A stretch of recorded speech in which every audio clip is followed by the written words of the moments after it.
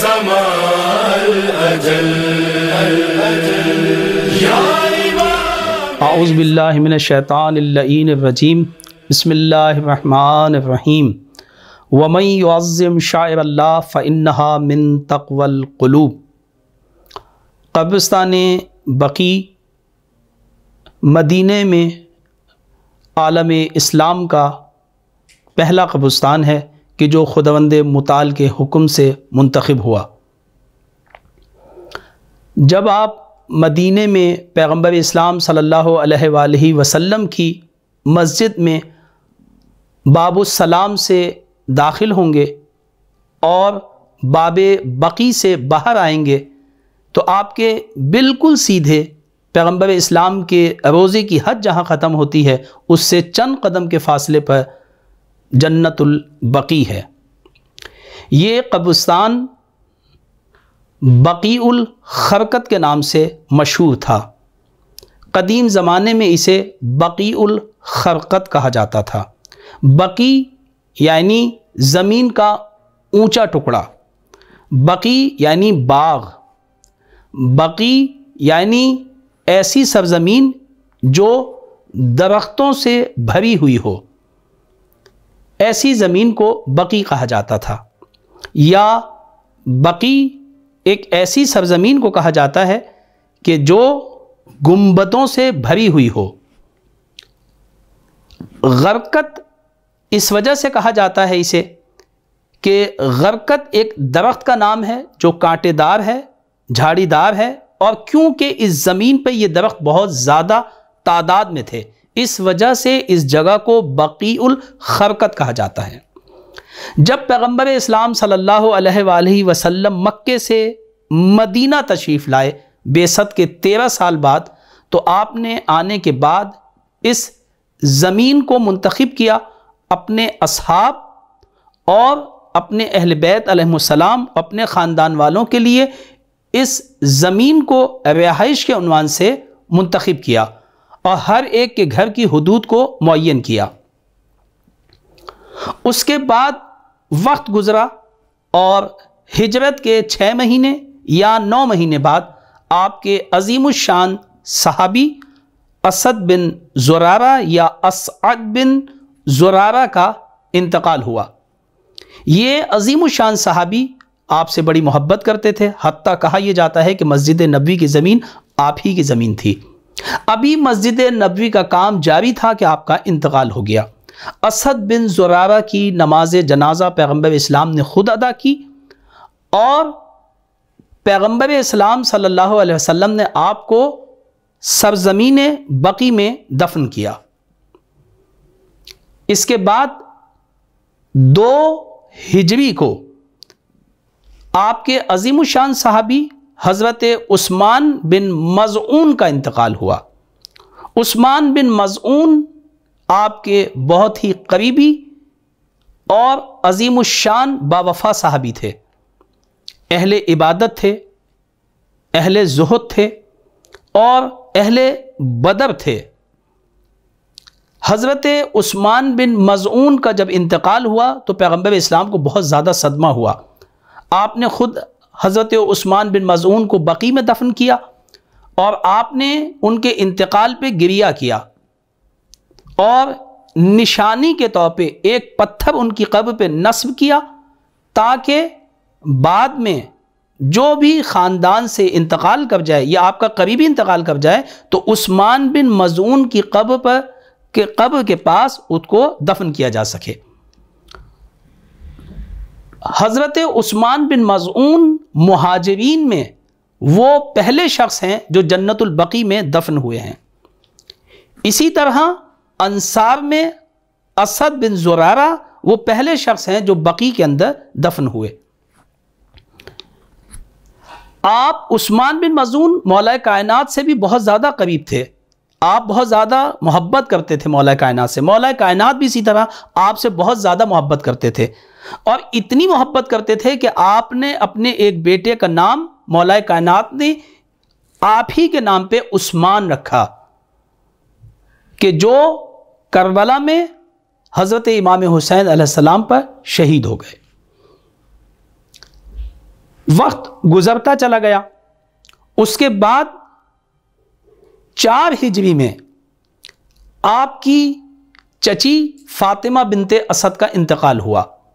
فاطمہ بنت اسد کا جہاں انتقال ہوا، جس گھر میں، وہ گھر حضرت عقیل کا تھا. حضرت عقیل علیہ السلام کے گھر کے حجرے میں آپ کو دفن کیا گیا، جو بقیع میں واقع تھا. وہیں پہ آپ کو دفن کیا گیا. پیغمبر اسلام نے آپ کی وفات پہ فرمایا الیوم ماتت امی، آج میری والدہ کا انتقال ہو گیا ہے. پیغمبر اسلام نے اپنا پیراہن آپ کو دیا، آپ کی قبر میں لیٹے اور آپ کو خود پیغمبر اسلام صلی اللہ علیہ وسلم نے دفن کیا. اس کے بعد 10 ہجری کو پیغمبر اسلام کے صاحبزادے کا انتقال ہوا، ابراہیم علیہ السلام کا انتقال ہوا. آپ چھوٹے تھے، مختلف آپ کی عمریں لکھی گئی ہیں، 2 سال تک آپ کی عمر لکھی گئی ہے. آپ کا انتقال ہوا اور آپ کو پیغمبر اسلام نے عثمان بن مظعون کے قریب دفن کیا. اس طرح سے خاندان بنی ہاشم کے لوگ یہاں پہ آہستہ آہستہ دفن ہوتے چلے گئے اور یہ علاقہ قبرستان میں تبدیل ہوتا چلا گیا.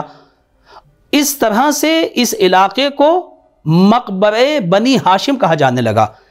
پھر بقیع الخرقت سے اسے مقبرہ بنی ہاشم کے نام سے یاد کیا جانے لگا.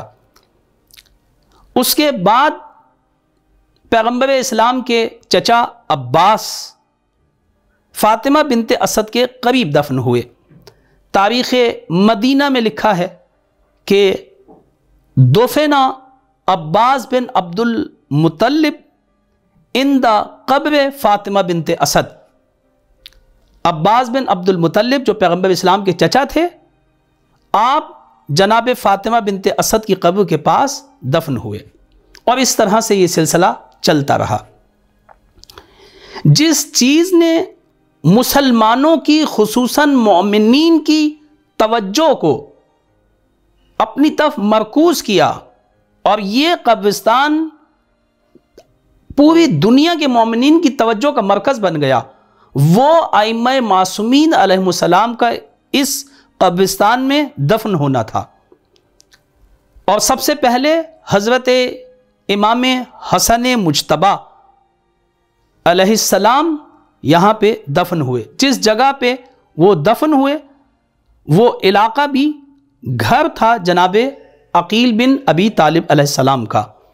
حضرت امام حسن وہاں پہ دفن ہوئے اور اس کے بعد امام زین العابدین علیہ السلام، پھر امام محمد باقر علیہ السلام اور پھر امام جعفر صادق علیہ السلام. جب ائمہ کی قبور وہاں پہ بنی تو پھر اس علاقے کو جنت البقیع کہا جانے لگا.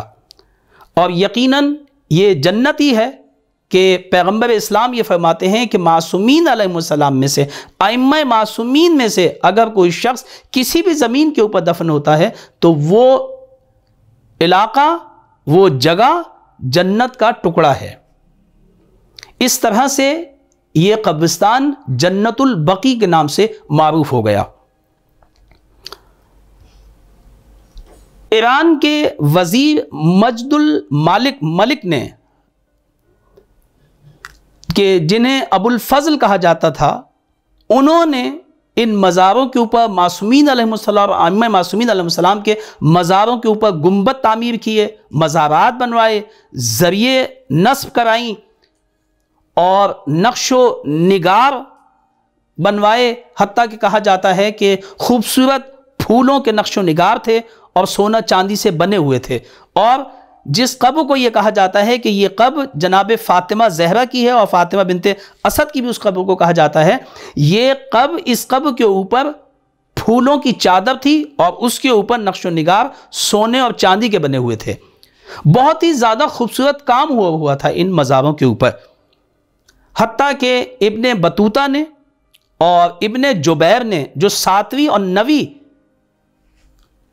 صدی ہجری میں جو کتابیں لکھی ہیں اور اپنے سفر نامے لکھے، اس کے اندر مکمل طور سے ان کی تاریخوں کو لکھا ہے اور کہا ہے کہ کس قسم کے گنبد موجود تھے، کس قسم کے نقش و نگار وہاں پہ موجود تھے، ان کے دروازے کہاں کہاں تھے اور کون سا دروازہ جو ہے، مین دروازہ جو ہے وہ قبلہ رخ کھلا کرتا تھا. ایک ایک چیز کو تفصیل سے ان کتابوں کے اندر بیان کیا گیا ہے.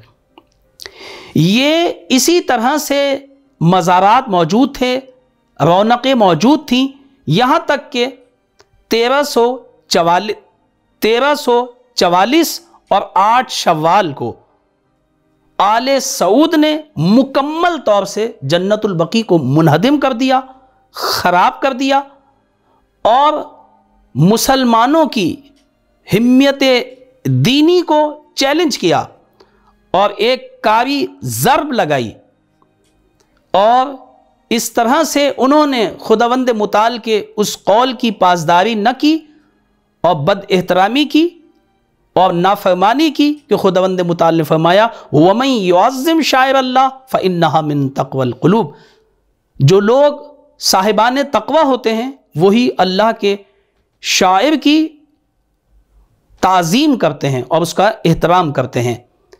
یہ انہدام کس طرح سے ہوا، کون سی ہجری میں ہوا، کون سی صدی میں ہوا، کس طرح سے حملے ہوئے، انشاءاللہ تعالی العزیز اس پہ ہم مزید گفتگو کریں گے۔ خداوند متعال ہم سب کو بقیع کی، جنت البقیع کی زیارت کرنے کی اور وہاں پہ جا کے عبادت کرنے کی توفیق عطا فرمائے۔ وآخر دعوانا ان الحمدللہ رب العالمین۔